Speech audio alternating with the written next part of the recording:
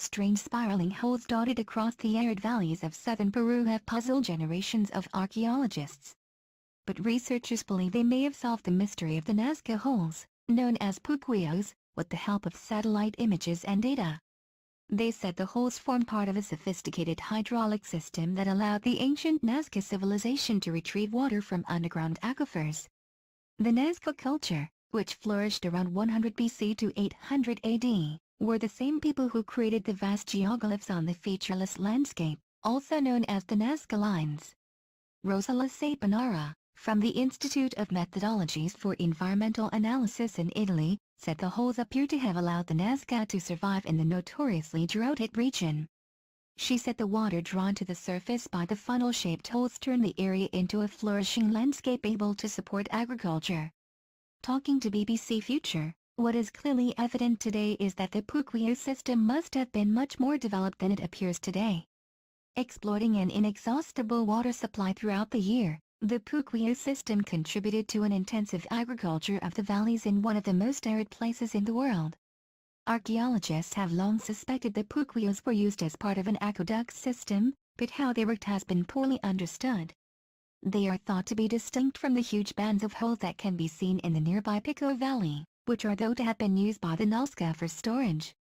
Dr. Lasapanara and her team used satellite images to examine how the puquillos were distributed across the Nazca region in relation to ancient networks of trenches. They also examined current soil moisture and vegetation change in the region using satellite data. The group concluded the puquillos appear to have helped irrigate the surrounding landscape through the network of channels. In some cases there is evidence the puquillos are still functioning to a lesser degree today.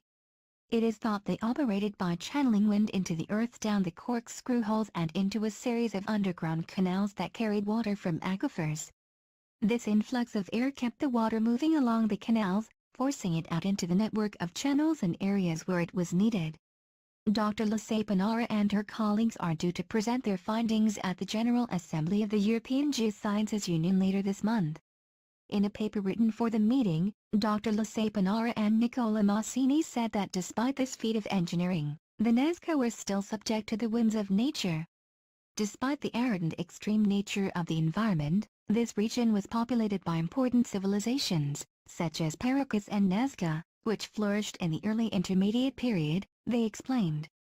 In particular, the Nazca civilization is well known for its refined and colorful pottery, characterized by a rich iconographic repertoire, and, above all, by the huge and mysterious geoglyphs drawn on the arid plateaus of the Rio Grande Nazca Basin. In order to practice agriculture, the Nazca developed adequate strategies to cope with hostile environmental factors and water scarcity, building a very efficient aqueduct system.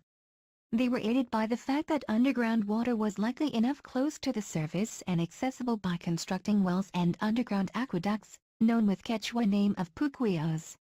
The effectiveness of the techniques of hydraulic engineering depended on the climate and the weather events that sometimes underwent drastic changes, as results of the cyclical phenomenon of El Niño Southern Oscillation.